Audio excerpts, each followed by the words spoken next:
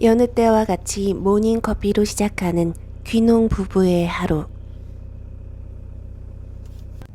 오늘은 유독 안개가 짙은 날.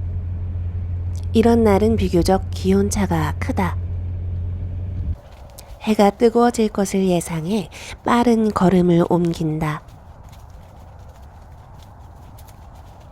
오늘 역시 금세 무성해진 잡초를 뽑아가며 동시에 무농약 아욱을 수확하는 귀농 부부.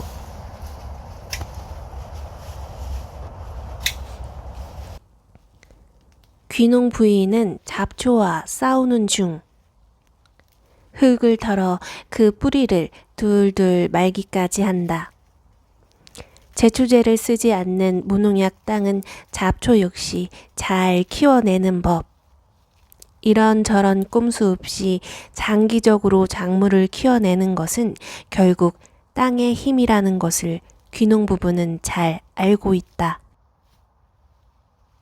농사로 돈을 번다는 것은 결코 만만치가 않다. 아무리 좋아하는 일이라도 돈과 연결되면 복잡해질 수밖에. 직장에 다닐 때보다 몸은 고되고 돈은 적게 번다. 그럼에도 불구하고 이 일이 좋아야 할 수 있는 것이 농사다. 작물을 선정하고 길러내고 또 수확하기까지. 농부는 스스로 기획하고 오롯이 흙망을 책임져야 한다. 호미로 밭을 매며 앓는 소리를 하다가도 정갈이 메어놓은 밭을 뒤 돌아보면 다시 힘을 내고 잘 자라준 작물을 보며 먹을 사람들의 기쁨을 상상해야 한다. 그렇지 않으면 농사는 후회와 절망만이 자리 잡는다. 귀농 부부는 자신들이 그랬던 것처럼 적어도 1년은 농사를 배워본 후 귀농을 선택하기를 바란다. 큰 빚을 내기 전 귀농에 대한 이해와 확신이 먼저다. 적어도 3년은 벌이가 없다는 가정하에 귀농을 준비해야 하고 어디에든 자신과 맞지 않는 사람은 항상 있다는 것을 인정해야 한다. 또한 그럼에도 농사가 밉지 않아야 한다. 10년이 넘도록 다니던 직장을 그만두고 평생을 살던 서울도 떠나왔다. 땅 한 평 없이 3년간 도지세를 내며 농업을 배우고 거래처를 확보했다. 허나 아직도 수입은 턱없이 적고 30대 귀농 부부의 갈 길은 멀다.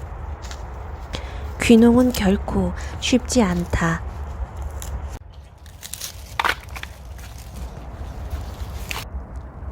귀농 부인의 손보다도 크고 튼튼하게 잘 자라준 아욱. 12월에도 무농약 하우스에는 청벌레가 산다. 청벌레를 잡지 못해 살려두었다가 아욱이 벌레들 차지가 되었던 3년 전 생각에 귀농 부인은 회상에 잠긴다. 오늘의 아점은 장모님표 수육. 주부 경력 50년. 마치맞게 익은 두툼한 수육이 설렁설렁 잘려나간다. 마지막 한 점까지 따뜻하게 먹이고 싶은 장모님은 돌판 위에 수육을 올린다. 직접 기른 무농약 로메인은 그 맛이 아삭하고 달큰하기까지 하다. 거기에 직접 기른 콩으로 된장을 만들고 그 된장으로 만든 된장찌개. 콩떡도 집에서 만드는 장모님은 슈퍼우먼이 따로 없다. 지금 보이는 것은 보리싹. 뿌리고 이게 싹이야. 이게 싹이야, 보리싹. 보리싹은 엿기름이 되고 엿기름은 식혜와 고추장을 만들 때 쓰인다. 장모님의 집 고추장이 달지 않은 이유는 설탕 대신 엿기름을 사용하기 때문. 요즘은 시골에서도 찾아보기 힘든 건강한 자연의 맛이다. 납품하러 가는 길 부인은 귤을 챙겨왔다. 그리고 자다 깨서 어리둥절한 말티즈 씨도 함께 나섰다. 귤을 까서 남편에게 먼저 주고 말티즈 씨에게도 나눠준다.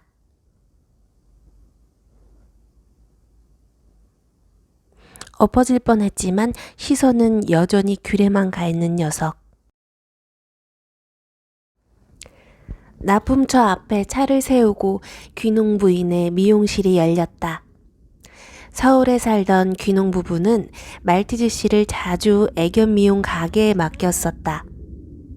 헌데 녀석이 피가 나서 오는 경우가 생겼고 미용을 다녀오는 날은 구석에 엎드려서 불러도 오지 않게 되었다. 그래서 말티즈 씨는 이제 미용 가게에 가지 않는다.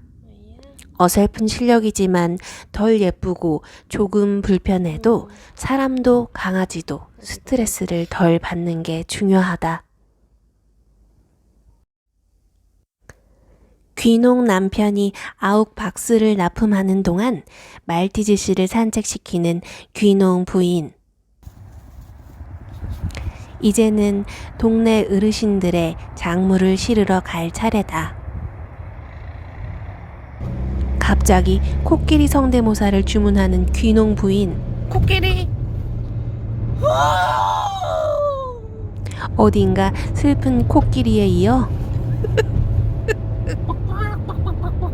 닭 소리는 서비스다. 저는 까마귀 소리를 낼 수 있습니다. 이번엔 귀농 부인의 차례. 한바탕 웃고 마는 귀농 부부. 여기저기 하우스를 들러가며 배달할 박스들을 싣는다. 브로콜리는 어르신들이 주시는 따뜻한 덤. 한껏 겨울인 가로수 길을 달려 농수산물 센터로 가는 길. 농수산물 센터에 도착하니 어느새 저녁이 다 되었다. 오늘도 특별할 것 없는 귀농 부부의 하루가 저문다. 여러분들의 구독, 좋아요는 귀농 부부에게 큰 힘이 됩니다. 시청해 주셔서 감사합니다.